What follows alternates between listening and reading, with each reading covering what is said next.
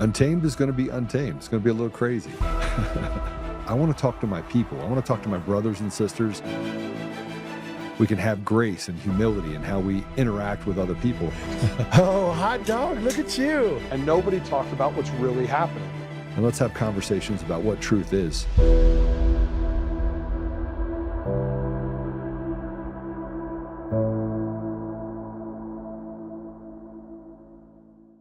You know, we've all got the team that we have. When I joined El Centro sector as the chief, I had my team, Right. and I had to rely on my team. No doubt, you can't do it yourself. Your camera crews and your team, you have to rely on your team. Same with the Border Patrol, same with the president. He has a team to rely on. Can't do it all himself. And, you know, I think that some of the team may not have the fortitude that President Trump does. Trump's the best deporter that I've ever worked for. Right. You know, some said that Hussein Obama deported more people. Remember, that's a misnomer because he counted Border Patrol apprehension numbers right at the border and said, oh, see, we caught several million that year. So let's don't give him too much credit for that. But Trump's the best I ever worked for. We started off the very best. I mean, look, we went to Los Angeles and absolutely hammered it in Los Angeles. Absolutely hammered it. Same thing with Chicago. Then Charlotte. Let me tell you what, Charlotte was off the hook, folks. Really? Our highest one-day apprehension rate was Charlotte, North Carolina. That place was off the hook. And, you know, I felt that we had President Trump. Notice I didn't say any of his other team there. President Trump was behind us. I heard from Secretary Noem, Mr. Lewandowski, hey, President likes what you're doing. Nice. Doing a good job. So that let me know. But, you know, everybody's got their team they're working for. And, you know, I think that sometimes cold feet, whether that's polling numbers or whatever, can come into play. And that's too bad because, again, this is for America. I don't give a damn about the polling numbers. Yeah. Let me say that again Well, this is what we voted for. We voted for mass deportation. Exactly. I don't go into cities to arrest illegal aliens based on polling numbers. I do that as a Border Patrol chief. And those Border Patrol agents, those are some of the greatest patriots I've ever worked alongside. You know, I should never have been able to do that, especially at my age. I'm old. I'm a dinosaur. They even called me oil in the ground. I wasn't even a fossil. They say, sir, you're oil in the ground. But you know what? When you're standing shoulder to shoulder with those folks that did that, again, some of them were there for a year and were up against that for an entire year. They were fully committed. There was no backing down whatsoever from those Border Patrol agents. That motivated me. Nice. And you know what? I think that motivated President Trump to some extent. I know it motivated Kristi Noem and some of the others. So, you know, his crew there, maybe they need to get out in the fight with us and experience just what that's like. And maybe that would motivate them also. Yeah. Well, let's talk about what we're dealing with right now. Things have changed. Came out and said, hey, look, we've got all the support. And President Trump had the support to, if he had to, 100 million deportations. But the inner circle, again, we talk about the weak people that are inside of government. They're weak. They're so afraid of being doxxed or somebody saying something mean about them. It's the psychological warfare has already won because they are willing to betray the American people and have them yell at them as long as nobody says anything bad about them on the Team Evil. As long as Team Evil doesn't have them in their sights, everything's fine. And that's exactly what it's come to. And we talked about the two agents or the two shootings and then the doxing of agents that happened. The absurdity of what we're dealing with right now, just it's beyond comprehension. It's beyond words. We actually wanted, we elected President Trump for mass deportations. We wanted our country back. And yet we sit here as we sit here today and they say, we're not going to be able to do that anymore for you. And then we have the SAVE Act, 85% of the people, American people, 85%. But the 15% that don't want it, man, it's called Team Israel, I think. I don't know what you want to call it. Maybe I'll call it team other than the American people. Say, no, we can't have the SAVE Act. We've got to be able to control the elections. And everywhere we turn, they are taking away our rights. And the Supreme Court can't act fast enough because they've stolen so many seats across the country that they just walk in and they just steamroll everyone. They put in these radicals into positions of trust and authority that nobody wants. No one wants. Nobody wants what's happening in Colorado. And here's what's happening in Colorado right now. They are going to, oh man, here, play it. And before us is the passage of House Bill 1312. All those in favor say aye. Aye. All those opposed say no. No. The ayes have it. House Bill 1312 has passed. Just so you know, that bill, that House bill that they're having passed, would require the consideration of a parent intentionally using the child's biological pronouns or birth name as evidence of coercive control. So as a parent, you don't have your kids anymore. So you don't own your house, you don't own your car, you don't own anything. You have flock cameras on every corner. They can come in and do whatever they want to. They can tax you, fine you, literally they have control over everything in your life. You call that a free country? You call that free? I call it slave, being a slave. And now they say that you don't even have your children. You're not allowed to raise your children in the way that you should want to raise them. You have to rely on the state. The state owns your children.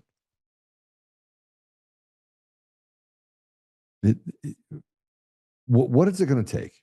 What is it going to take before non-feminized fathers decide to stand together and run these demons out? What's it going to take? We got Satan everywhere, literally everywhere. Listen to this teacher. This is a teacher hosting a gay pride club during school hours to keep it secret from parents. Go ahead and play it. So I run the Pride Club at my school, and I'm having kind of an issue with another teacher in the school building right now. I have a couple kids who have come to me and told me that she has called them out in the middle of class for being gay. She said some pretty terrible things about me and the club, telling kids that she thinks it's stupid and a waste of time, and, you know, we're pulling kids out of her class, which technically, yes, you know, we are pulling kids out of the class, but it's only for 30 minutes a week, and it's on Mondays. So the last, 30 minutes of first period, the kids come to me. I understand that, you know, the kids are coming to my class during another class period. I have okayed this with my administration, with my principal, my admin, all that, because the kids told me straight up, they were like, we don't want to have it after school just in case, because some of their parents don't know. It would make them feel more comfortable to just, you know, do it at school. That way it's a little more, you know, discreet. So it is completely okay with my admin that I am running this club during school hours. And again, it's only 30 minutes a week. However, this teacher is now crossing a line. She is calling out my kids. She is saying extremely homophobic things. She's bashing the community and the club itself. And I'm kind of fed up with it. She literally came to my class and went through every name in her roster to try and get me to out the kids to her, so she knew who was you know, not straight. So that way, you know, she'd have that information, which I did not give her. I would not give her that. I don't really care if she doesn't like me. Whatever. Not my business. I don't particularly care if she doesn't like when the club happens, because that's not her business either, since I okayed it with my admin. But what we're not going to do, we are not going to talk bad about my kids. They have a hard enough time as it is. They do not need this teacher messing with them, being homophobic, transphobic, saying things that she shouldn't. So now I'm pissed off. And she will now have to deal with me, because I will be taking her to admin. So I'm not happy about this. You are not going to drag my kids like this. Not happening. I don't even know what to say. It's like the circus has taken over. It's a circus. First of all, you're hiding stuff and grooming children inside of schools. And they do this to hide this evil under the idea of exclusivity. And what is up with these nose rings? I can't. But let's talk about what exclusivity looks like, by the way. This is in Ann Arbor, Michigan. They removed something. Go ahead and play it. And they're inconsistent with their values. Ann Arbor is a welcoming community. We don't want to push people away. We want to welcome folks in. You know, there are people that look like me and those from my community that have been questioned, quite frankly, in their own neighborhood by others, you know, wondering what they're doing there. This is just representative of our values and how we want people to feel in Ann Arbor. You took down neighborhood watch signs. You took down 600 neighborhood watch signs because you wanted to be inclusive of criminals. So, hey, we're not watching anymore. Come in here and just steal whatever you want. Matter of fact, I want you to rob, rape, steal, murder. Just do all of it. But we have all the judges. They're going to let them out. This country is out of control. What's even more is on top of what we have happening all over the country, which can only happen if you have stolen elections. President Trump, I'm going to tell you right now, if you don't do something about this stolen elections, if you don't bring the military in, if you don't do something to get rid of the machines and the mail-in ballots, we have no hope. There's no legacy for you going forward. And if you think that they're going to stay quiet now and they're going to be nice to you because maybe you didn't go as hard as you said you would go, they're not. They're not. And they're going to come for your children. They're going to come for your grandchildren. They're going to come for your entire legacy. Everything that you have, they're going to take it from you. So you got a choice to make, Mr. President. You got a choice. You can either stand up and do exactly what you said you would do and fight through people on your team that are weak and pathetic, that don't want to do what the American people want you to do, or you can just erase your legacy, because I think that's what it's going to come to. That's what it's going to come to. And this piece of trash, Kyle Clark, he calls himself a journalist. Pay attention to how this guy, as a journalist, talks about Tina. Tina Peters keeps taking L's while locked up for her role in an election security breach. Today, the judge who sentenced her and will re-sentence her declined her request that he step off the case. The former Mesa County clerk had said District Court Judge Matthew Barrett is biased against her. He chewed Peters out for how her election rigging lies have impacted Mesa County, costing the county money for new election equipment and making it a national laughingstock.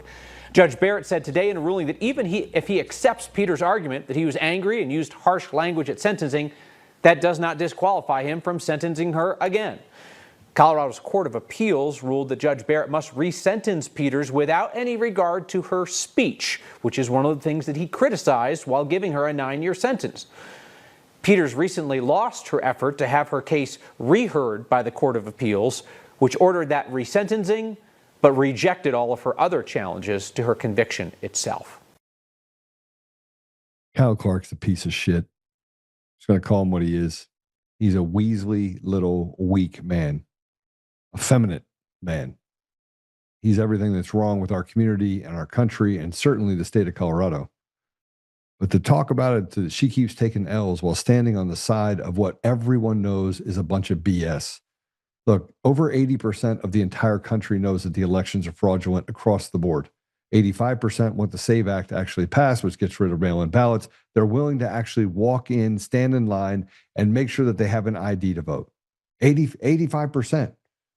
And yet this piece of trash gets on TV to talk to what? The 15%? And what about the 15%? How many of those are bots and fake accounts anyway? Is it 5%? Is it 7%? See, we're out of control in this country because we're held hostage and captured by a small group of people. Frankly, demonic people, really evil people. Well, we're going to kind of switch gears right now. I'm done with that. I want to talk about the markets. I think you want to talk about the markets too.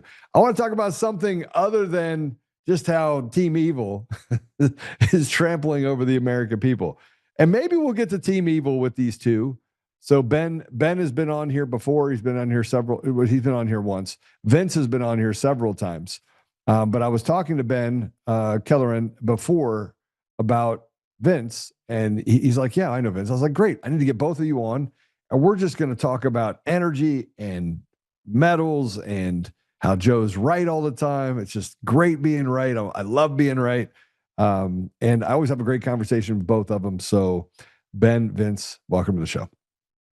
Thanks for having me. Thanks for having me, Joe. Good to see you again. I was just talking about Team Crazy before you guys, before I brought you on. I'm sure you could hear it. Yeah. No, I was listening to the Mrs. Nosering piece, and I was like, it's interesting how she always says my kids, like it's a possessive. It's like, that's a slippery slope there. So, But it's not her kids. They belong to the parents of those kids, and yet they think that they own them. And it's just it's indicative of that entire ethos inside the schools. The parents are running away from. Well, that's how they reproduce, right? You get the indoctrination and all that. So, well, so let's talk about what's going on, because the markets are going a little crazy today. The last couple of days have been up, down, up, down. I feel a little bipolar. Yeah, I think it's going to be sideways shop for a while. I don't know if Vince has different opinions on it, but it seems like the S&P is kind of a matter of national security these days, so can't have that crashing. And then gold has basically been liquidity, basically hit for liquidity reasons, not so much that the fundamental story is broken, but I'm sure Vince has some long-term thoughts on where gold's headed. Yeah, you brought up stocks first, Ben. I think that's a good place to start, because the world should be doing risk off, but it seems to be doing risk on. Stocks are choppy and sideways now, but they're at all-time highs once again, despite there being a war in Iran. And you have to ask yourself, how is it that stocks are going up? Just to get a little bit wonky for a second, how is it that stocks are going up with oil over $100? How is it that stocks are going up with interest rates climbing higher as we speak? How is it that stocks are going up with the Fed saying that they're not going to ease rates when we probably desperately need it, depending on what industry you're looking at in the U.S.? And when you put these, how does it look when stocks are going up phrases together? That's where we were in 2008. In 2008, interest rates were climbing, oil was at all-time highs, and stocks kept going up. And then the bottom fell out. Now, Ben's comment notwithstanding about the market can't be permitted to go down. Yeah, I agree. I agree with that statement. But Ben's, if the plunge protection team wasn't here protecting the stock market, I think we would have a lot bigger problem than we're showing on the markets right now. And oil is probably the most important thing to talk about out of everything. So let's look a year down the road. I mean, let's look a year down the road and let's put things in perspective. First of all, what's your prediction on Iran? You think we'll be out of Iran in a year, or you think this is a longer term deal? It's hard to say. I mean, I think there's different things that'll happen over the next couple months that'll determine where all this stuff goes. I kind of think we're not going to be seeing a large scale, like 10 or 20 year thing that I don't think it turns into another Middle East adventure that we've seen in the past couple decades, but could be totally wrong on that. I think it's probably something that we're going to see the end of in the next, 6 months. But what do you think, Vince? Yeah, it seems like we desperately don't want to escalate it, but at the same time, it's not ending. So I think it's kind of escalating. I mean, we have UAE got out of OPEC, right? Right. You have, there's a lot of things, a lot of moving parts here. With the stuff that's happening between Russia and Ukraine right now is absolutely crazy, right? It looks like Ukraine's ready to just explode and fall into the abyss. I don't think there's any recovery for them.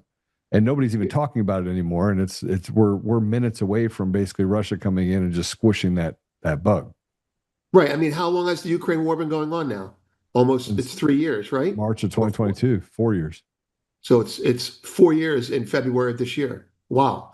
That's crazy, right? And it hasn't escalated, but it's still going on. So I guess I'll pull a page from that book and say that even though things won't, quote, get worse, they probably won't get better for a long time. And even if they do get better on the ground to what we're talking about in terms of actual conflict, the fallout from the war, things like you just alluded to, the UAE dropping out of OPEC, those ramifications are going to be felt for years to come, I think. I think the geopolitical map has been really screwed up by this, and they're rerouting oil from east to west through pipelines now. You've got OPEC fragmenting.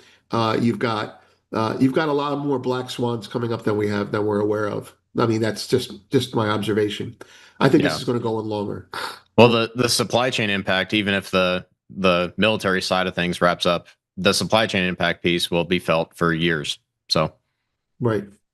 Well, let's talk about that for a minute, because if you don't have any controls on oil and people can just freely just pump oil, we saw this happen with the quantitative and the TRQs when it came to commodities like sugar, right? Right. Now, if you don't have that put in place, then the market basically, one of two things could happen. It could go through the roof because they start basically colluding outside of an organization on how much they're going to put out in market, or it could go to next to zero, right? And the next to zero is more likely because people are greedy, and as much as they can get out of the ground, they're going to get out of the ground in order to make sure they can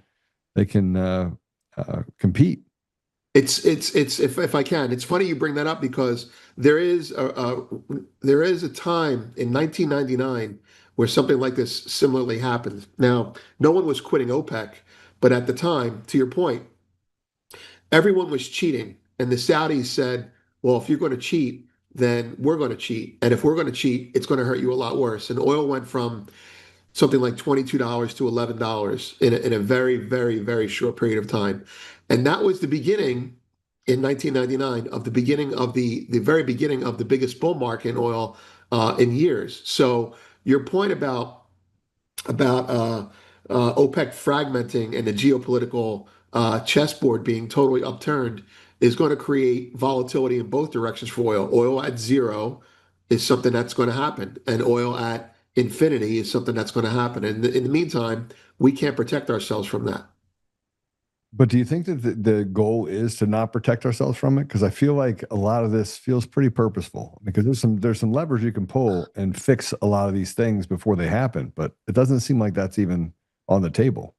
It feels like a controlled takedown, right? It feels like it's all planned. It feels like it really does. I don't want to say more, except that it feels like we can fix things that aren't getting fixed. yeah, I think the idea that's a controlled demolition is something to kind of.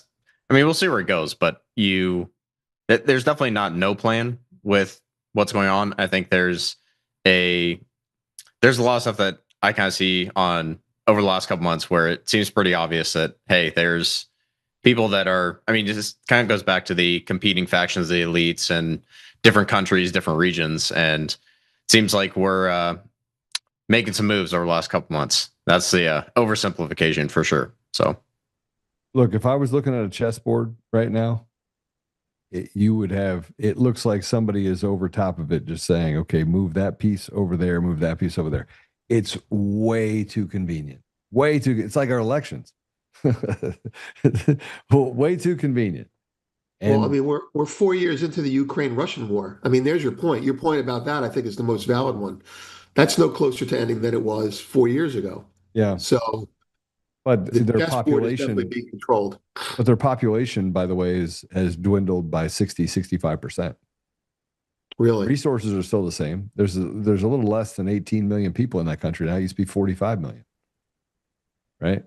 So that's interesting. And they haven't had a census since 2022. So we don't even know how many of those people died in the meat grinder getting on the front line.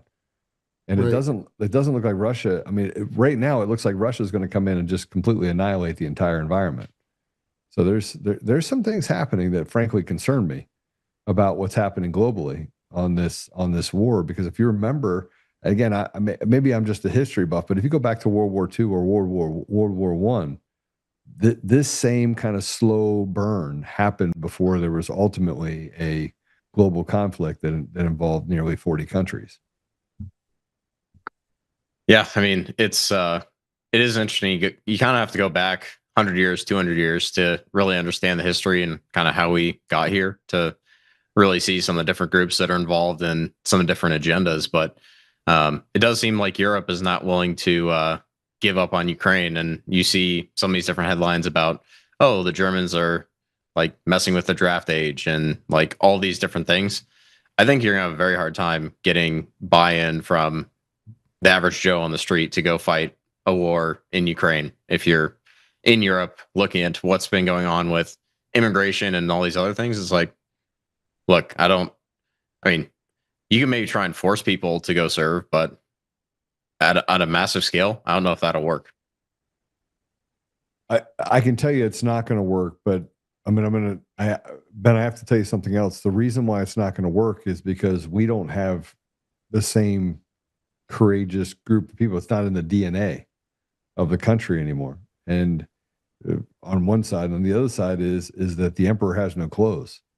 So you don't have the courageous group of people that are willing to fight, and we can see the government for exactly what it is. The judiciary is rotted to the core. The financial institutions are all but basically filling their own coffers with no rules. I mean, there's literally no rules. There's not even a limit, by the way, of how much money you have to have on reserve. With the zero in March of 2020, we're in a free fall. I mean, it just anything goes. Whoop, hey, here, everybody. Anybody want a bank? Here's a bank. Here's a bank. Here's a bank.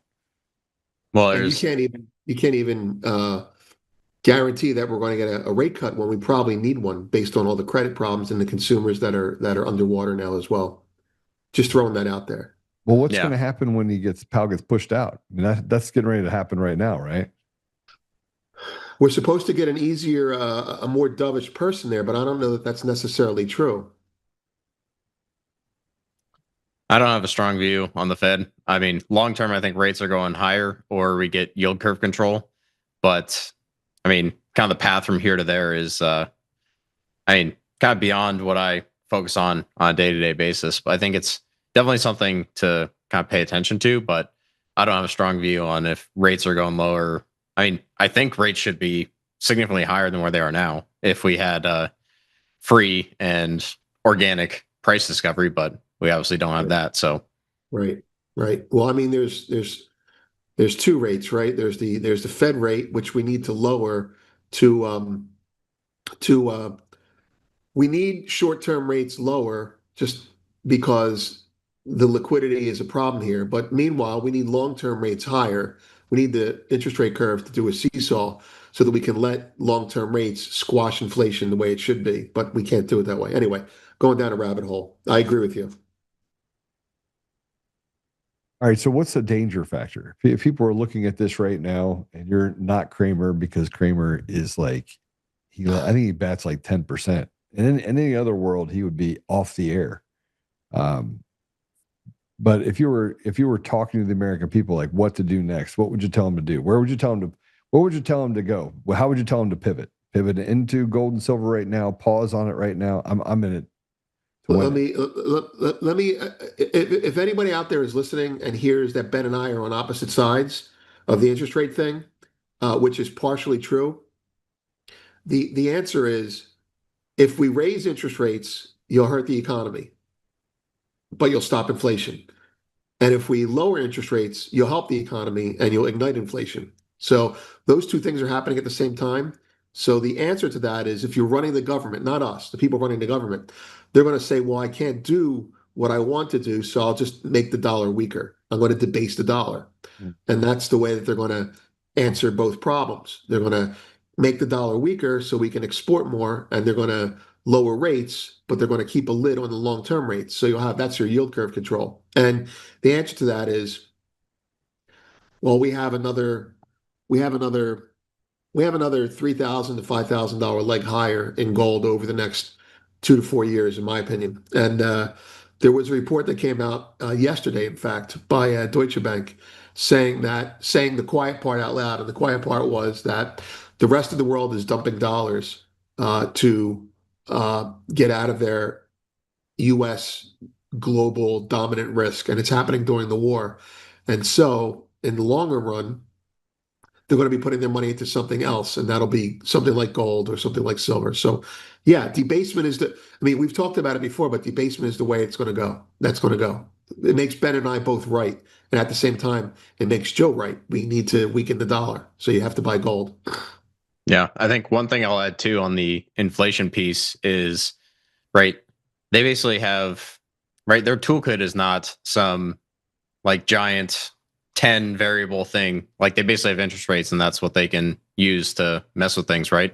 And I think the inflation is kind of baked into the cake at this point with what's going on with oil and what's going on with supply chains, where regardless of if rates were going higher or lower, you're going to see, I think, things increase in price because it's not just oil and gas, it's plastic, fertilizer, chemicals. Like there's a whole bunch of things that are going to cause problems. Like even something as simple as sulfuric acid, which comes out of the refining process, is kind of something you need for copper mining and gold mining and some of these other things. So it's basically these ripple effects in the supply chain are going to take another 3 to 6 months in some cases, just because of, right, if you put kind of a kink in the hose, right, everything that was already in the system is working its way through right now. Over the next couple of months, you're going to be getting to that gap. And it's not something where you can just flip a switch and say, oh, everything's back to normal. We're all going to be working kind of the way things used to. And so that's going to create disruptions. That's the hemorrhage point. Yeah. That's the point by which things tend to collapse, right? Is that the point where it rises and all of a sudden you have this relief, but the relief happens too quickly and all of a sudden it just slams down and everything breaks, right? We saw this happen in 2007, 2008. I believe it happened in 2007 before 2008. I believe that all the signs were there that things were completely off the rails in 2007. They were just lying to us, hoping that somewhere along we would wake up and not notice it. Oil at $140 in 2007, everybody thought everything was okay. 2008, oil at $140 and everything collapsed. So yeah, I agree. I mean, we're almost looking at the same thing here, right? It's almost a repeat of that same philosophy. So it's just a matter of when does it happen, and does it happen on the same sort of trajectory, which it could. I mean, it's an off election year, but you have Powell. And here's the other thing: we have to look at this from a political standpoint. Of it's not the Democrats that we're fighting against, right? It's both parties. So you have John Thune that is refusing to have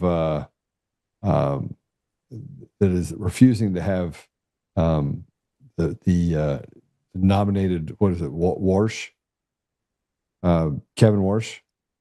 Yeah, for the to replace Powell. Yes. Yeah. So you have Tillis and you have Thune that are both blocking that until the investigation into Powell is dropped. So you have people on our own side that basically are rubbing each other's backs. And it's like a big old. It's like a grift farm. It's disgusting. The Republican Party is fragmented too, right, Joe? Oh, I mean, when you think of it that way, I mean, you would know that better than anyone. The Republican Party is near non-existent. You have two parts of the party that frankly can't get along to save their life. And you have a third part of the party. And by the way, none of them care to talk about the problems. They all want to talk about other people in the party, right? And so it's a circular firing squad. And so nothing gets done, which then promotes on purpose what's happened with the Democrats and that crazy lunacy that's happening across the country.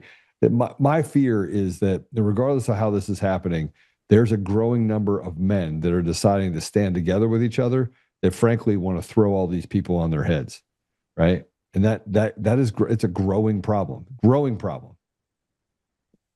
I think the political side of things is interesting because you have like that circular firing squad dynamic that you kind of mentioned. The Republican Party is basically a dead man walking at this point. And we're going to see that dynamic play out in the next 5 or 10 years as you see the generational kind of turnover happen. Right. And it's not like people like me are going to go like, oh, yeah, there's definitely a home for me in the Democrat Party when their entire platform is basically we hate white people and we want to replace them. Right. Whether it's abortion, transgenders, like immigration, like all these different agendas that like we all kind of find despicable. Right. That's not a logical home for anyone with conservative kind of market and kind of conservative principles, basically. So where that leads is like you're not going to look at the Republican establishment at the same time because you look at where that's gotten us is basically, I mean, they're basically liberals driving the speed limit, right?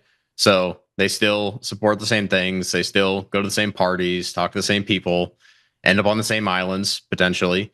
And that's kind of where we're at right now. So I think we're going to see a very different system coming. I still think we're set up for a Caesar type figure to come about, but I think the current system obviously is not functioning. Ben, what does that look like for your generation? Because I talk to young people all the time, and they're like, both you have the blue-haired bingo club on the Republican side, and on the Democrat side, you got a bunch of crazies running around saying "cut your wiener off." They also have blue hair, Joe. And they have blue hair. So one has blue hair and just old, and the other one is blue hair and nuts. Right. That's right. Well, that's the thing. I think enough people are kind of coming to the conclusion that you can't fix the system through the system unless we get some major movement in the next several months before the midterms. Unless Trump is gonna decide to do the whole military tribunal, basically round up a ton of people that need to basically rot in a cell or be fed feet first into a wood chipper, whichever you may prefer. But there's a way to deal with this, and it's just kind of, I think people are ready for someone to take a Bukele type approach where it's, okay, if there's a judge that is repeatedly letting out criminals, then we're going to put a new law in the books where it's like, okay, if you let someone out and they go on to kill someone, then it's a death penalty for the judge, right? So you have to have some punishments for these people where it's like, hey, we're not going to pretend these are people ruling on the fairness of the law. They definitely have an agenda, but if there's an aspect of self-preservation to it, I think that's a way to kind of get these people in line. So what I'm trying to do this is totally off base. I'm taking a left turn, right turn, whatever you want to. I'm taking a right turn. I'm never taking a left turn. I'm taking a right turn. But I've been talking about how I take over the Republican Party in Colorado. I'm running for state chair for the Republican Party, not because I need something to do, and frankly, not because I want to do it. I'm just the only guy that can fix it. And I talk a lot about the People's Party. Yesterday, I had on John McCauley, who is turned Philly Red, and I was talking about, man, I need to fill this with young people. So every time I talk to people, I'm like, listen, if you're under the age of 30, you're the only ones that I care about bringing into this party, right? Black, yellow, purple, green, independent. If you're an ethical minded Democrat and you want to come over, we got to make a party, a people's party, that we can align on principles that, hey, we're hungry. There's no opportunity. The schools suck. These blue hairs over here on the left, they're retarded, right? And be able to say that and have enough people back you up that it can be a party that can actually get things done. What do you think, Vince? You think we can fix it through the system, or you think it takes a complete rewiring? Oh, this is the Caesar question, the Batman question. Do we need someone who can come in and fix it? Yeah, we do. We do. Unfortunately, at great moments in history or great inflection moments in history, you do need a person to rise above the circumstances. And I don't know that we have anyone in the hopper right now.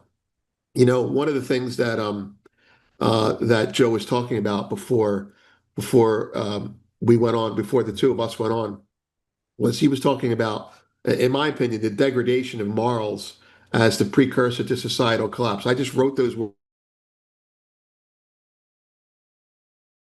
Is the precursor to societal collapse, and that statement I thought encapsulated what he was getting at in the other area. The question is, who is in a position or can be in a position to stop the degradation of morality? And I don't think there is anyone right now. And so we have another 20 years of this unless the system is totally revolted against. And I don't think you're going to get a revolution in the United States anytime soon. Anyway, I'm not coming up with good news here. My good news is, even if I think we're going to have someone who's going to do something, do the right thing, I don't think the system in its current format is cleaned up enough to do that. We're going to need a crisis. We need a crisis, right, Joe?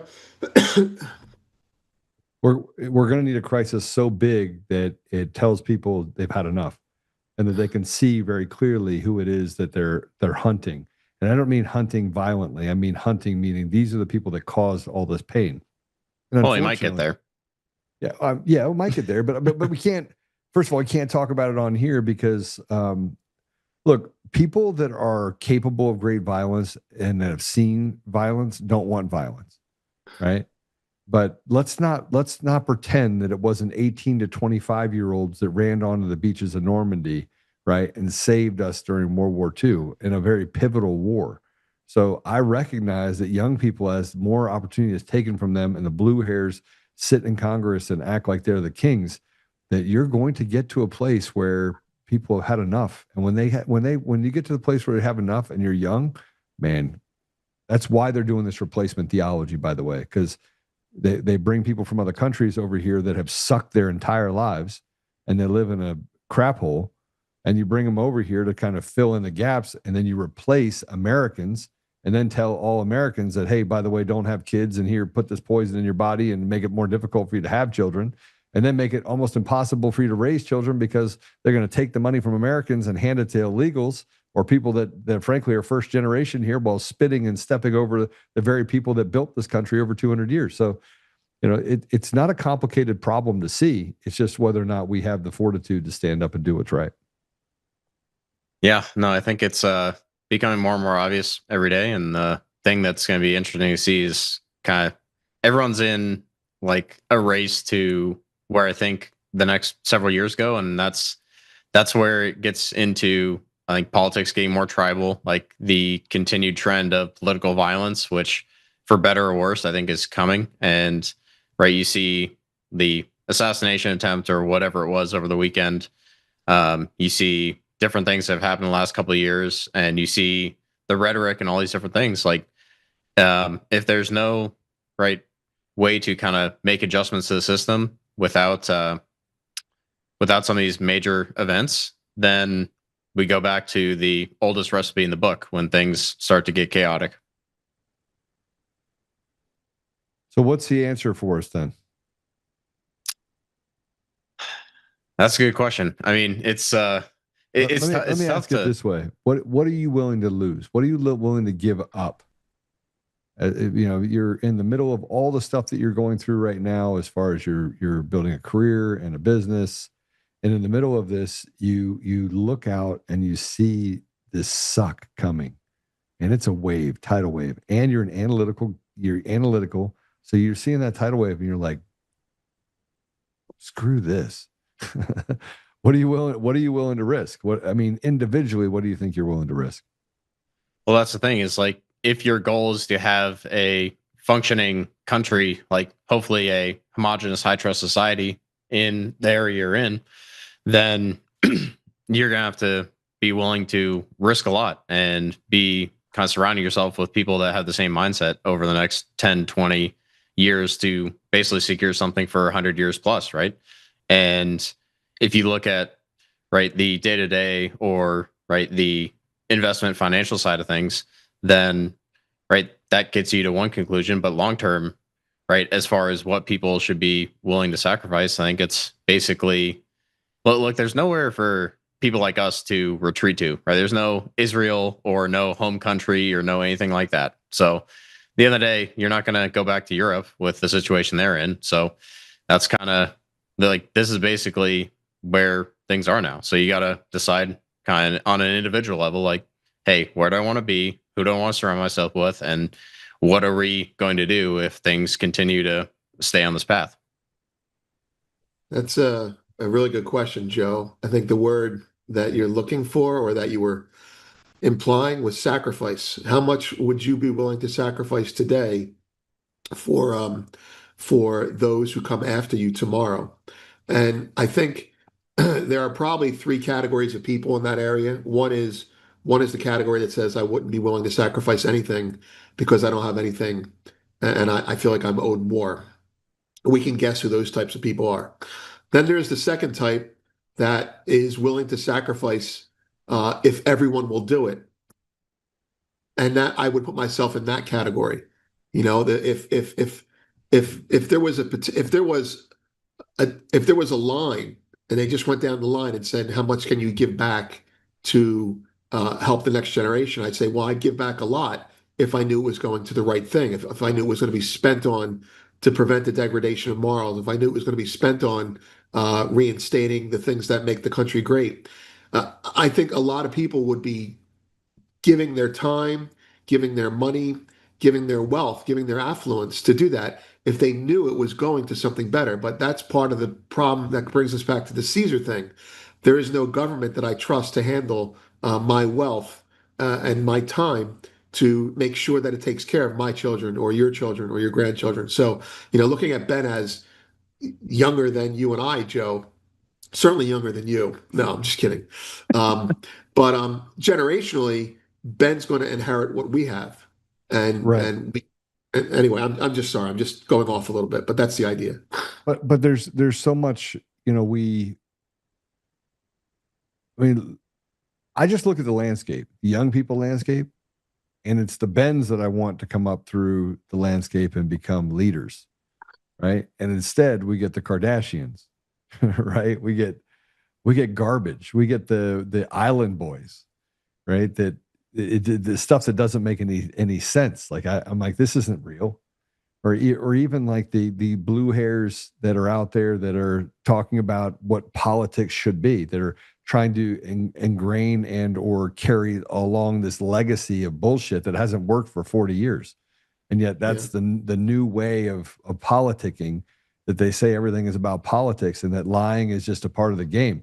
It shouldn't be, right? And we're so afraid of the truth and so afraid to speak the truth that we have taught people like Ben and Ben's generation that, well, hell, why would I sacrifice anything? You guys are retarded. And you have all the levers of power. Right. So you have all the levers of power. So I'm going to sacrifice myself and all my buddies are going to sacrifice themselves. Now we'll just go drink beer and wait till you all die. Right. And then hopefully we have an opportunity to do something at that point. But in actuality, we need a Julius Caesar moment because they're not going to have anything to have after the blue hairs. They're dying anyway. Right. On both sides. Well, that's right. To your point on like the kind of cultural degeneracy, like I don't think that's organic at all. And so I think that'll go away as some of these systems start to break down and people realize that, hey, maybe it's not the best idea to start an OnlyFans when you turn 18. Maybe it's not the best idea to waste your time on sports gambling. Maybe it's not the best idea to do some of these things that are corrosive to, right, having a functional society. And when you get into kind of the generational divide piece of it, like there's people that kind of say, hey, like the boomers were the generation that said never trust anyone over 40, right? And now here we are, and they're kind of the incumbents in the current system. So I think the kind of generational divide thing is a little bit of a kind of conjured phenomenon, but at the same time, if there's no path for a good chunk of the generation to have a good paying job, to have a way to support a family, to have all these things that we're taking for granted, right? If you can't afford a house and you can't find a job without like fighting with like the H-1B program or immigration or any of these other things, then people shouldn't be surprised when there's a lot of guys my age that are just saying, no, we're opting out. We're not going to like bother to pay taxes. We're not going to bother to participate in these systems. We're not going to continue to support this. So like, we're definitely not going to go and sign up for like foreign wars, any adventures like that. Right. Well, so, why would you? What's the benefit? I mean, it was a benefit. There was a benefit to, but right now our government is so self-serving. It's like a self-licking ice cream cone at every turn. And it's always the people on both sides that are saying that they're the righteous ones. And we look up and you're like, you're both retarded. You're both just protecting each other, right? And doing nothing to help the people inside the community other than say, we need to tax you more. I think we're out of taxes. Ben, do you feel like you're overtaxed? Yeah, I think the current social contract of all the young workers and young people working jobs have to pay for EBT and the Quality Learning Center in Minnesota and welfare and Social Security, Medicare, Medicaid, right? If that's the setup, then, right, why bother? Like, doesn't make a lot of sense to me. Right, and we're not importing high earners who are going to come in and pay for it for you. We're importing more dependents. That's the point. Yeah. Well, I mean, look, there's a tax in California. It's 10%. They have the same thing in Washington. And the top, I think 26 or 27 earners in Washington State left in the last 30 days. They left. Oh, really?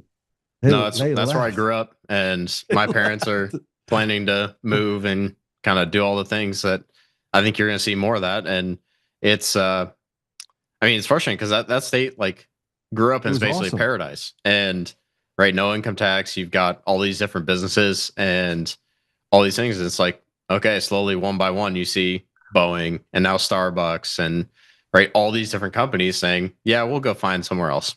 So it's but this is a problem when you have stolen elections, and no one wants to say that the problem is very simple. A society that has fair and free elections fixes itself, right? Just so you know, it heals itself because it forces itself to say, well, we don't want to do that. And they don't give it one election cycle. They will stay with it for 2 or 3 or 4 election cycles. Okay, we're going to go the Republican route. Why? Because you all sucked. Well, I think it depends on the voting populace too, which I'm not sure is something we can have a group that'll kind of vote that way. So, but the people that will vote, if they see that there's a chance, and they don't feel like they're basically wasting their time doing it, it's not kabuki theater, they'll adhere to it, because you can't look at the policies and say that it's more than 10 to 15%. Look, here's the problem we have in social media and in a lot of the stuff is that bots represent about 40% of all traffic on social platforms. 40%. So 40% of everything that you see is all bullshit. It's just made up. It's just people that actually post on there that are just they don't exist. They're not real. So with that in mind, which part of the message that you're hearing is real and not real? And yeah, we meet blue hairs on the street all the time, but you have to pass by 200, 300 people before you actually see that blue-haired person that is the loudest and or the most disgusting part of society, right? You still had 200 people that drove by you that weren't that way. So could we be dealing with that same social contagion that they're trying to create right now that says cut off your penis? Same way you could say that there's a bunch of blue-haired Democrats, when in actuality, most Democrats are running away from the party at the same clip that Republicans are running away as well.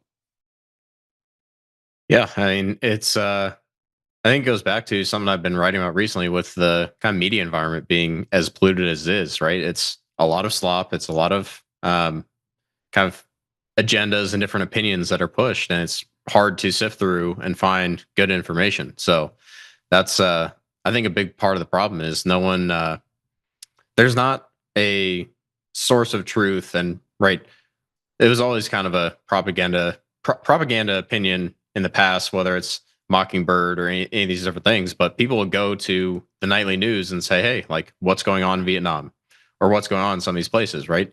And now it's just different echo chambers. Absolutely. We used to be able to go to. Go ahead. I'm sorry. Oh, go ahead. Yeah, I mean, that last part that he said about echo chambers. Yeah, you can find anyone who agrees with you now, and you can go into that echo chamber, and you can never get the truth again. And so, if you have elections that are being stolen, if you have a degradation of morality, and you have this roaming blanket that allows you to be cuddled up with your beliefs, even if they're wrong, well, then nothing will ever change. Well, can we talk about supplies? And I mean, I want to talk about this because we have BRICS, and we have banking issues. We have the BRICS, which is starting to accumulate lots of assets, real assets, like tangible assets. Like they're actually accumulating gold and silver. Do you think that I mean, because you could. I've read a bunch of stuff about that could go either way. That what they're doing right now is to actually destabilize the United States and push inflation through the roof. I've heard others say that this is actually a play to help the United States become more stable. Which one is it? Oh, I'll start off then. I don't think they're trying to destabilize the U.S. I believe that they, however, would not help us if we destabilized. You know what I mean? Yeah. Like they would be happy to passively have it happen. That's a China mentality. That's the way China is.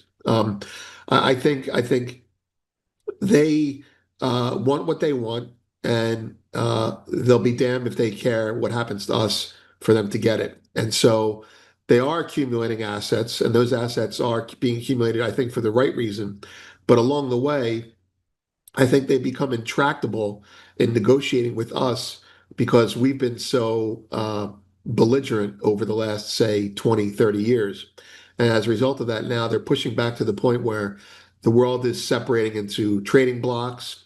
It's separating into a Cold War II mentality. It's separating into regions. You're going to have nations that are neighbors with each other, like Japan is a neighbor with China. They're going to have to get along with them, but that's not going to be easy to do. And you're going to have flare-ups and skirmish wars and things like that. And I think some of that'll be us starting the wars because we want to go in there. We want to do whatever we want to do with Iran. Some of that'll be them pushing back, like the Houthis and what else is going on down there. And in the long run, I think we have a problem where we may have had 30, 40 years after the fall of communism, where everybody had a kumbaya moment. But now we're heading into the opposite of that, the anti-Goldilocks, if you will, where everything is reversed. And they don't like us. We're increasingly not liking them. And they would not help us if we fell down. That's for sure. And so what used to be Pax Americana is now kind of become like Chaos Americana. We're going to destabilize the Eastern Hemisphere while we try and protect the Western Hemisphere. And the result of that would be, we don't care about you either. And so that's what happened in Venezuela. Anyway, that's the long and short of what I was thinking. Yeah, no, I definitely agree with the points he's making. Just wanted to add that if you kind of look at the different blocks that I think are going to emerge out of this, right? You've got kind of the spheres of influence of, okay, U.S. is obviously going to be a power in North America and probably going to have its sphere of influence over South America as well. But is it going to be playing like it has over the last several decades, like in the Middle East?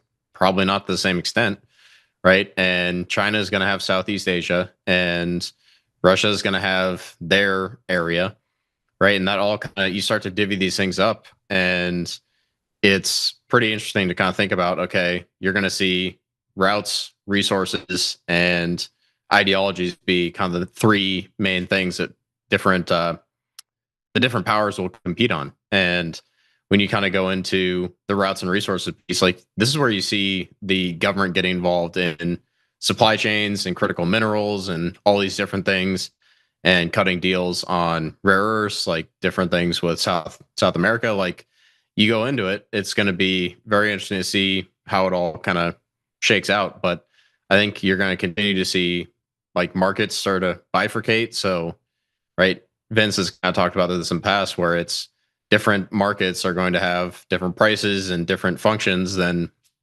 instead of just the globalized markets of, okay, we've got the LBMA and other things like that, where it's kind of a global marketplace. So I think we're going to continue to see these different things keep separating out, where it's more of a sphere of influence setup than, okay, this is going to be the entire like globe system. And this is like the US markets being kind of the main source for, right, global financial liquidity and all that. Well, that leads me down to the fact of if we have to play this silver, gold, commodities, precious metals, not just silver and gold, against what's happening in the energy sector and how it's going to influence both sides, and that those pressures from both sides can cause any society to collapse. Am I wrong? No, you're not. One of the things that's going to come out of all this, and we're seeing it right now because it's part of the things that you're complaining about legitimately, is governments, Western governments, are going to become more authoritarian. And as they become more authoritarian, they'll take more freedom. And they'll justify taking their freedom to protect you, to protect your children. But what they're really doing is they're taking away your ability to protect yourself. And that would come under the routine of things like guns, what have you. And the reason I bring that up is because precious metals are a protection and a hedge against government overreach, period. End of story. Whether it's a collapse, whether it's a government that protects you from collapse by taking away your freedom, precious metals are a protection against government overreach. And increasingly in the world, no matter where you are, government overreach is increasing. I agree with you. So there is a scenario that if we look at this carefully, I agree with you fully. Obviously, I invest heavily in silver and gold. I have a lot. And I have some other gold, some other stuff as well. I bought a bunch of copper at $4 because why not? Yeah, I know. I remember when you told me that. Lucky bastard. So I have my own private stash. But I look at that, but there is a world where the energy price pressures also collapse metals. Like it's happened before where energy prices go through the roof. We're seeing a little bit of that right now. Is that what you're talking about, Joe? Yeah. But it could get much worse. I mean, the floor could come out from under it. No, it could get much worse. There is a little bit of confusion or consternation or concern from the metals people, seeing that some of the countries that are being shortchanged on dollars, oil may be trading $120, but maybe it's $140 if you're in the Far East, and it's $110 if you're in the U.S. to the point of bifurcated markets.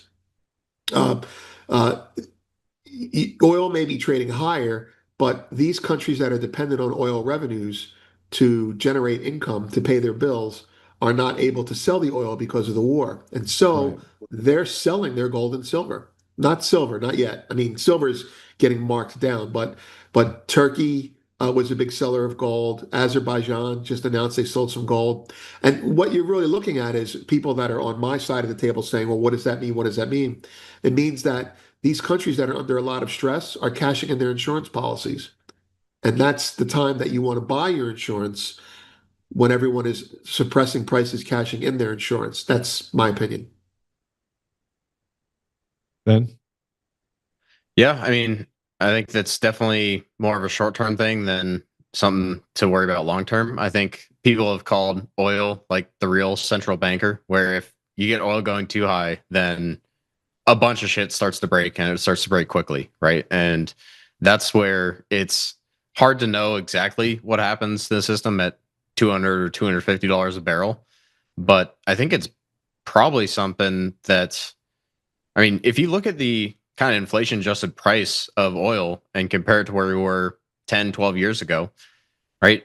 We probably, like, oil's not that expensive here on, like, if you actually adjust for inflation.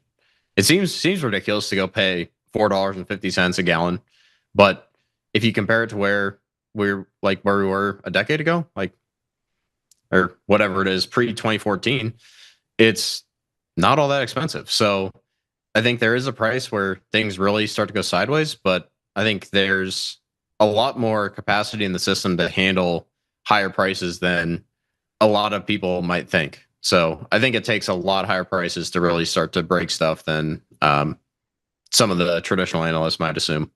That's true. I mean, oil prices are historically, from inflation terms, lower than they seem to be. But the reality is we've priced perfection and everything else. And so I'm a little worried that $120 oil would make us crack, not because it's really that high, but because the central banker says that we're spoiled and we're living too high off the hog. We're live, so I just thought it would be appropriate to bring up that the Fed just did not raise interest rates, and stocks are now in the lows of the day. And there's a little bit of acceleration, not a big acceleration yet, but yields have gone up. Stocks are on the low of the day. Gold is down, and oil is stronger. So the Fed's not going to cut rates.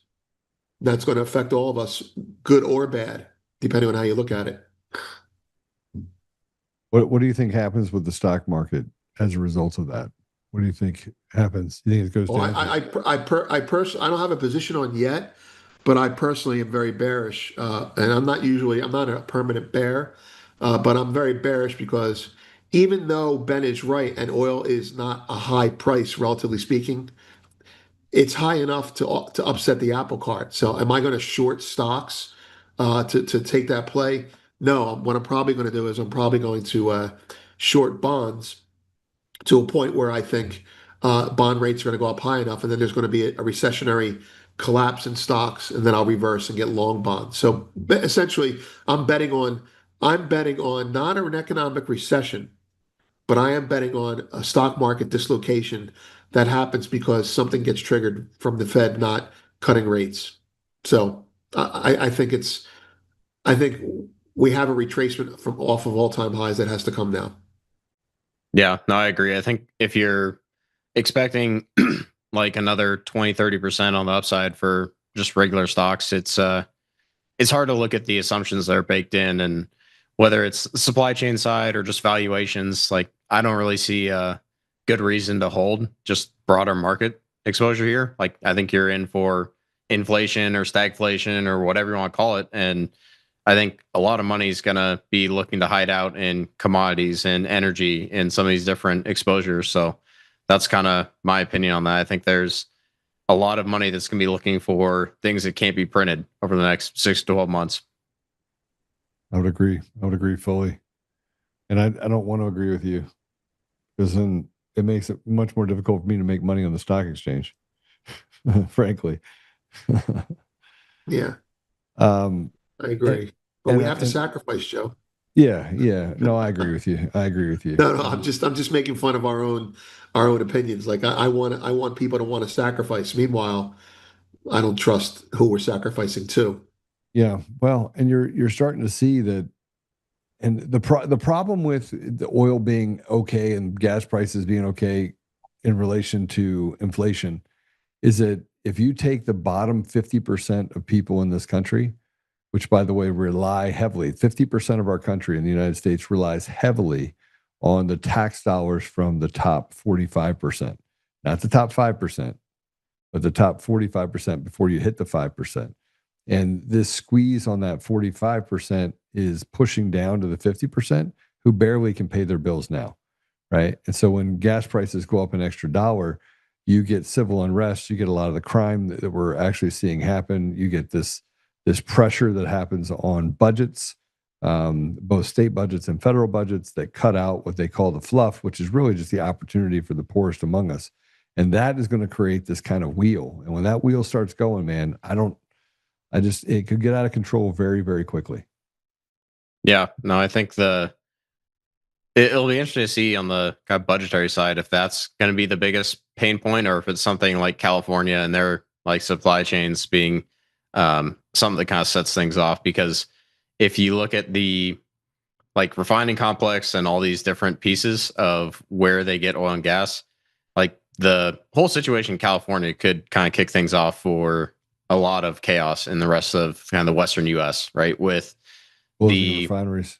Well, that's the thing, is if you don't have the infrastructure to unload all these different products, and you've got refineries shutting down, you've got, right, eventually it leads to shortages, and eventually that leads to port closures. And the LA port is the biggest place where food comes into the country, right? And so if you start to play all that out, where it's like, yeah, we can't get things through the port, we can't get semi trucks going, we can't get food through, and Nevada can't get their oil and gas, military bases can't get jet fuel, right? I think the next month or two will be very telling to see how things happen in California if that starts to spread. Can't we get some good news? Is there any good news in all this? Can I have some good news? Just good news. I'll take a little bit. Well, the good news is if California thing plays out, then you don't have to worry about Newsom in 2028. Yeah. That's good news. Yeah. But who's worse? Who's worse than Newsom? That'll come up next. Well, I mean, it's not like they have the bench to really get an actual winner in a real election. So if they can handle the voter fraud piece, they're not going to have a shot. So if we can get rid of the voter fraud, the game changes. I mean, it really completely changes.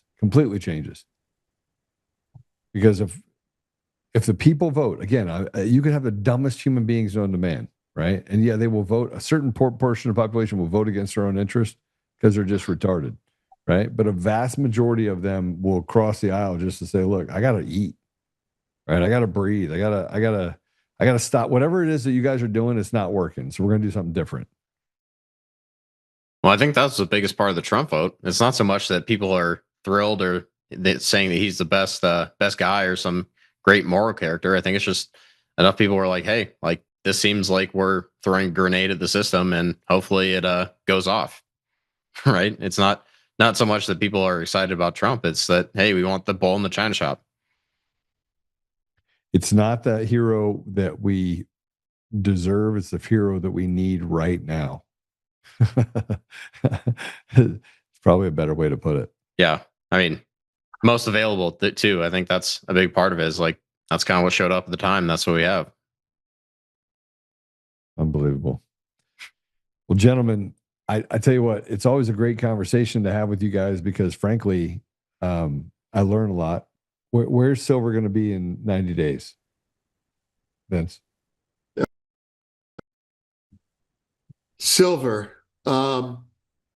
I can't give you an exact price. I don't think anyone who can is worth listening to, but I will say that we're trading $71 right now, give or take, 71 and change. Yeah. I think we'll be above 70 for the next 6 months, and we're going to work our way up to like $85 over the next 6 months. But it's still just in a trading range. The market's not going to be exciting. I mean, I can't give you good news on silver yet, Joe. I'm sorry. But this is the time to buy it, because this is as low as it's going to get. Yeah, I don't think it's not going to get below $61. Let's put it that way. Yeah. And I don't think it's going to get below 70. I think three months from now it'll be exactly $81.25. So I'm just messing with you, but I think Vince is right that it's going to be priced sideways for a bit, but generally higher over the next 3 months, and probably 12 to 18 months you're looking at back into the triple digits if you kind of look out further. So I actually think come November, if we have a red wave, silver will stabilize somewhere in the mid to upper 70s, right? Okay. If the wackos on the left win because we didn't fix elections, you're going to see it in November go to 115, 120. People are going to start hedging into the silver market. That's my bet. Well, then we should just all be shorting the dollar here. That's really what we should do. I mean, buy the silver, sure, but short the dollar too, because interest rates up, the dollar has to be weaker. Interest rates down, the dollar has to be weaker. The dollar has to be weaker, and your buying power has to get stripped. Yes. Yeah. Yeah. And what do you think about oil? You think it goes back to the normalized $75, $70? I think it can go there in the future. I don't think it goes there next 3 to 6 months. I think we're going to be elevated for some period of time until this kind of flushes through the system. So whether that means it takes 120, 125, or whatever the number is, I think like it's basically wide open on the upside. I don't think we're going to get back to $70 a barrel until we kind of get a more stable form and people are less worried about supply chains and disruptions and geopolitical events. What do you think, Vince? Well, I agree. I just think the days of cheap oil are over, even though it is still really cheap in real terms. You know what I mean, Ben? Yeah. The days of cheap oil are over. We're in what's called an anti-Goldilocks environment. And I think stagflation, inflation, and to a point that Ben had made, even if the oil were to come back online, even if the war were to end tomorrow, the oil won't come back online for a while. And stagflation is going to be the rule, not the exception. So I'm looking at $112 over the next 4 days, $120 over the next 4 weeks, and anything above $90 for the next 6 months to 2 years. That's kind of what I feel. Yeah. I mean, it takes at least 12 months to really flush this through the system and people to get more, basically more relaxed on some of these different supply chain problems or start to reroute some of these different things. Right. I mean, I hate to tell you, but I hope you're wrong. I hope I'm wrong too. I have a different way of looking at it. I think oil is going to go back down to 75. I think they're going to solve some things, and everything's hinged on politics these days. So as they start settling some of these problems, I think short term, the oil prices are going to go down to the low 70s. But I think the cure for high oil prices will be high oil prices. We will get that washout. The question is when, though. That's the question is when. I hope it's sooner rather than later, but I'm afraid it's not. Yeah. I would agree with you. Actually, I don't know if I agree with you. I need to go. I need to go check my. You want me to math. be wrong? You want me to be wrong? I want you to be wrong. I want me to be. I want. Let's just say, Joe, we all want me to be wrong on that. Yeah. We just want it to be down. Yeah. Yeah. Well, we're trying to, the problem is you can't have expectations set by markets and people in markets on the retail side, because that really does drive kind of some of these indicators. Nobody wants to pay $25 for a hamburger, right? And yet they want to put $25 in minimum wage. But frankly, the guys over here that are just trying to survive, making 150 grand a year, can't afford to pay for the things that are necessary in order for you to have a $25 burger and have people pay $25 an hour. The market hasn't adjusted. It's not there yet. And they're forcing it. And by forcing it, because you have retarded people in positions of power, you're actually going to cause a lot of problems and pain. Yeah. Has to get worse before it gets better, I guess. Yeah. Well, I just got to figure out when I'm going to pull out of the stock market or if I'm going to stay in it and just ride it like a pony. Ride it like a stallion.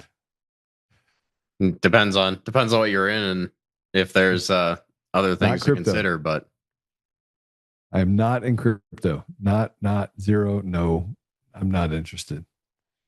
Actually, I shouldn't say that. I'm in crypto, but I've lost like 70% on the crypto that I have currently.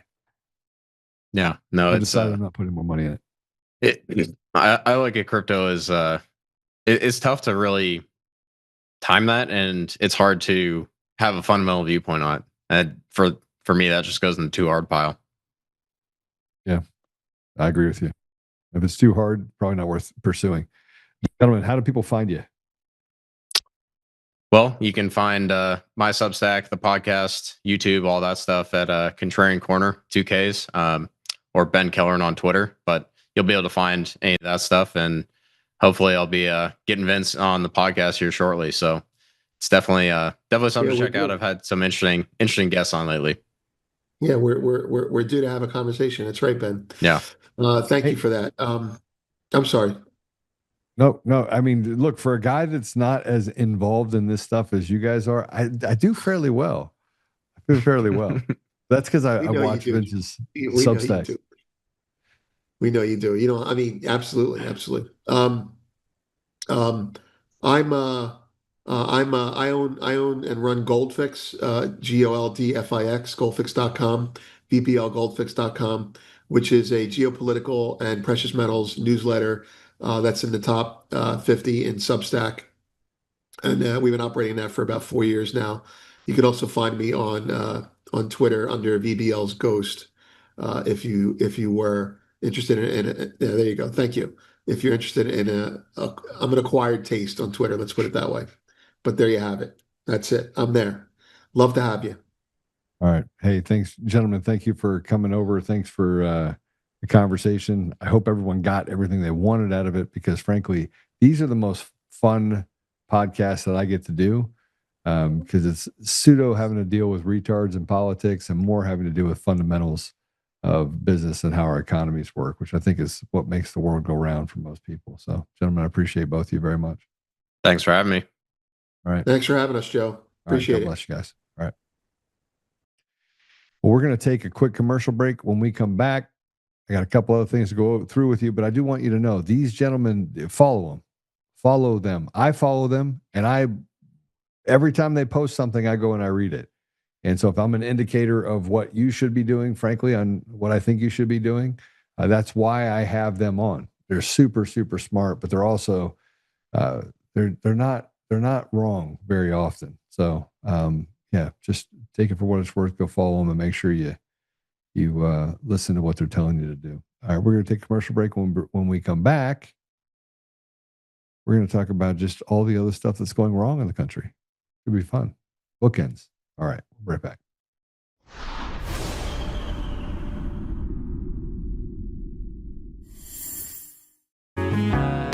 Oh, hi. I almost didn't see you there. Welcome to DCF Buns, where you can find the freshest buns in town, if I do say so myself. Oh, our master bakers teach class every week. So whether you're new to baking or trying to improve your culinary skills, we got you covered. And we can help you bake the cake of your dreams. We'll even clean your cake if you want. And if you don't want to bake anything yourself, we have loads of fresh buns available in a variety of shapes and sizes. Check us out at dcfbuns.com to learn more. DCF Buns, we keep the buns hot and the deals hotter. Buns. In every thread, in every stitch, Honor-Bound USA weaves the fabric of the American spirit. It's not just apparel, it's a testament to God, family, and country. At Honor-Bound USA, we're a family of patriots who put our faith, family, and America first. When you visit our website, you'll find a line of products that embody our commitment to pray, stand, speak, and act. As the official site for the Untamed podcast, all of our products proclaim speaking the truth with courage. We also have the powerful documentary from Professor David Clements, Let My People Go. Identify yourself as one of the few who are willing to stand for what they believe in. Join the Honor-Bound USA family today. Wear it as a badge of honor, commitment to the values that shape us, and a pledge to the bright future we will build together. Because when you're honor-bound, you're not just wearing a brand, you're embodying a lifestyle.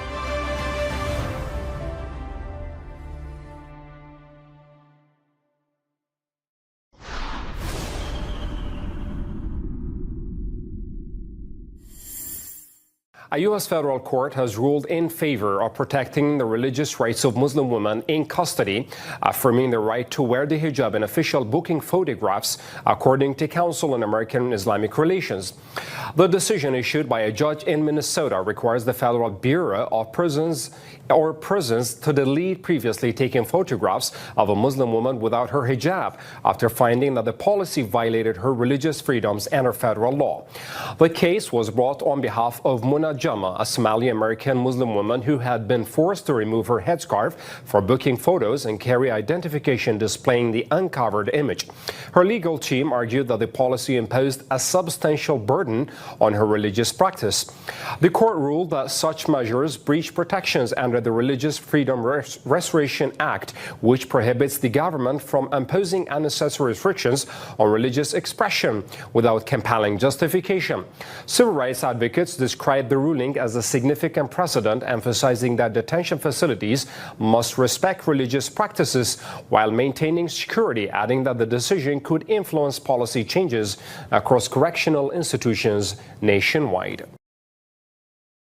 Well, there you go. It's we get to bring in all sorts of rules and take our country and just throw it out the window. So that we get told that somewhere along the line we have to let people hide their identities and get away with it. And you'd say, well, that's not what's happening. That's exactly what's happening. And yet we have weak and pathetic people that are out there to try and destroy us, take away our rights. And this gets back to the white people. Like, only white people can be racist. Nobody else can be racist. And so what's it called when you go after white people? It's called acceptable. Yeah, that's what it's called. And they can just attack at will any white people that they want. This is why you're going to start seeing some really vicious pushback over what's happening in our country.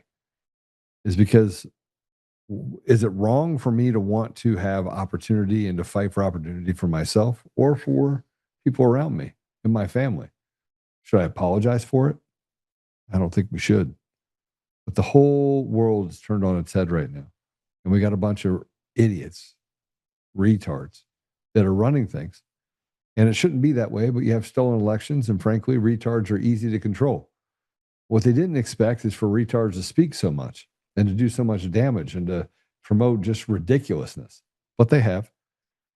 And then you have this mayor candidate, Spencer Pratt, exposing how Democrats and Democrat Socialists of America govern together. The Democrat Socialists of America is literally Antifa. And we know this because we were able to trace it all the way back to its roots overseas in Europe. And just tell me that this is not evil. Go ahead and play it. When you sign up with the DSA, you sign it like a contract to co-govern with the DSA. How is it legal when you are... What? Yes. Wait a minute, explain that. So when you get you're a DSA member. So right now she's a city council member. And when the DSA gives you an endorsement, you sign a contract with them to co-govern. So right now, she's not representing her district as an American citizen, a Los Angeles. She's representing the Democrat Socialists of America. Yes. Wow. And that should be co-govern. That should be legal.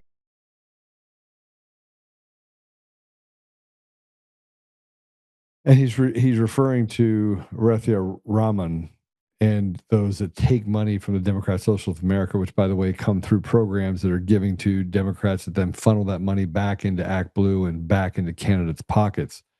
I want you to watch this. This is crazy. Go ahead and play it. Cut 3. I mean, it's like, I don't think a kid's going to be safer because a tent is 500 feet away from a school. You know, it just doesn't.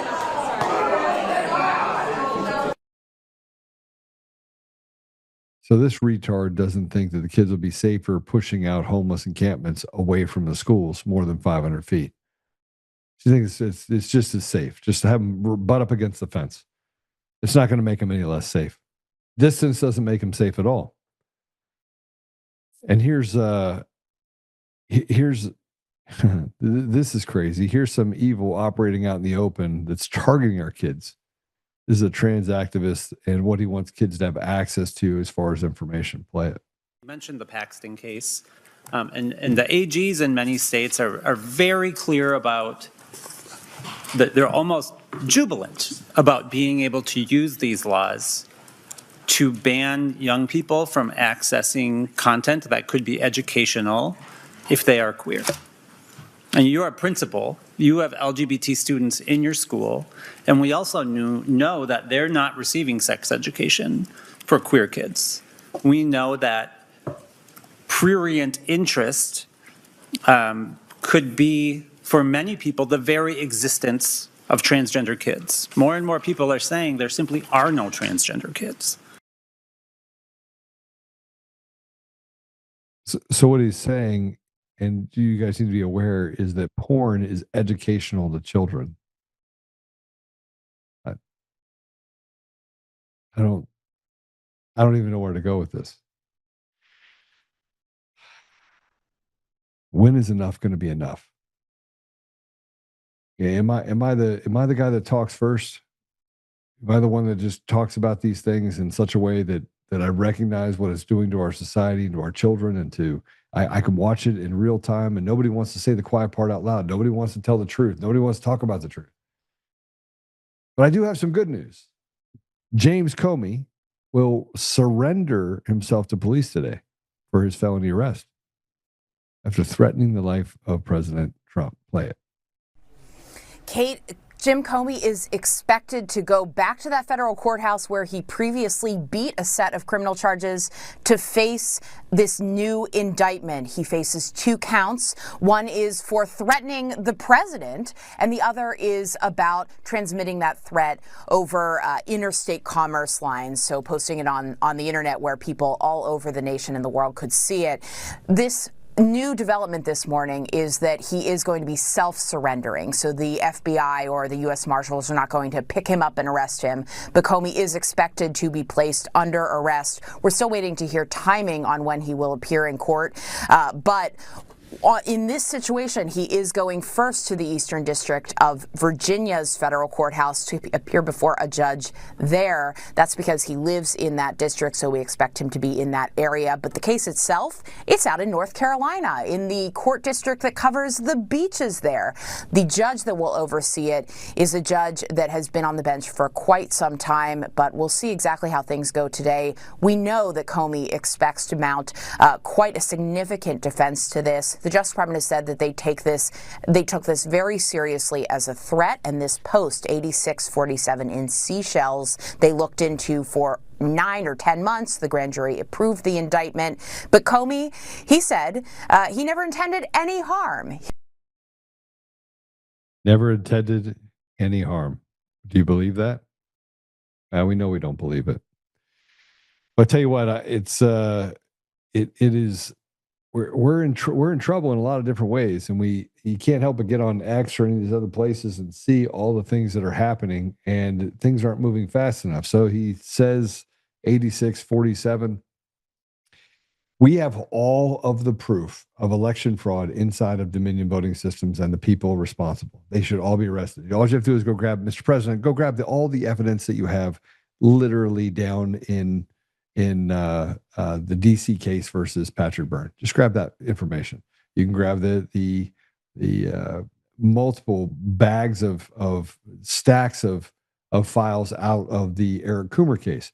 You will garner a lot of information, specifically related to how just rotted out Dominion voting system is. And you look at the reports that you have in Mesa County, the fact that we don't have this wrapped up already and that people aren't in prison already or worse is frankly a miscarriage of justice, and just shows the American people that the system is just not capable of delivering justice. And I think that's one of the biggest problems that people have. And do I think it's coming? Yeah, maybe.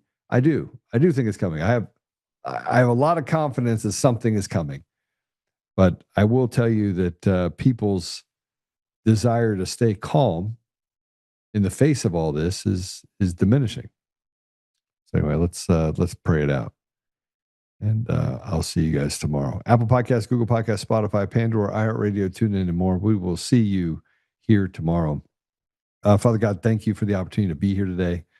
Thank you for our great guests, Ben and Vince, and thank you for the insight that they gave us. Father, just ask you to give us the discernment and the desire to continue fighting, even through what seems to be a perilous situation. Father, just give us the ability to keep fighting through it and to do our part individually and collectively.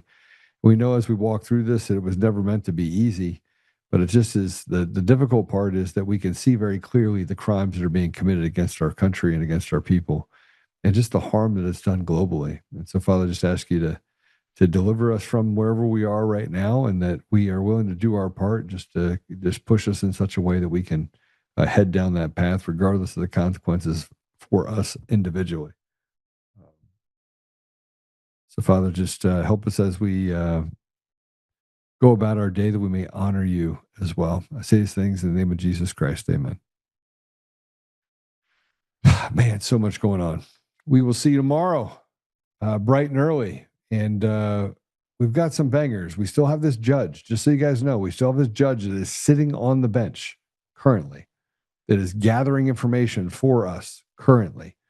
And it's going to lead to some other information that'll probably lead to a QTAM case that'll have to go in front of the DOJ. I am trying to gather as much information as possible, but it's tiring. You have now two judges that were on the bench that were going to reveal information. You have lawyers that want to talk about what's happening on the bench. And you have a judge that's sitting on the bench currently that frankly believes that the entire system needs to be torn down because whatever it is not a functioning system for the people in any state, let alone the people of Colorado. So we're still working on it. I want to give you an update on that. And hopefully we get this kind of ironed out in the next week and a half. All right. God bless you. Talk to you soon.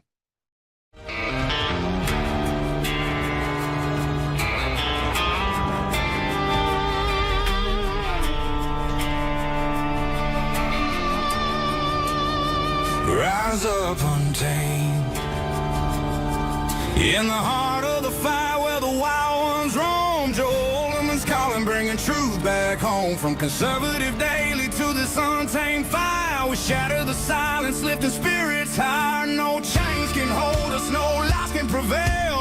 Authentic and fearless on this rugged trail. Patriots gather under stars and stripes. Untamed nation, igniting the night. Untamed nation, let the truth roll out in this land of the free. Standing proud from sea to shining sea, we won't back down. Catch the fire, wear the crown. Untamed nation, it's our battle song, motivating hearts where the brave belong. Yeah, untamed and wild, forever strong. Play it again all night long.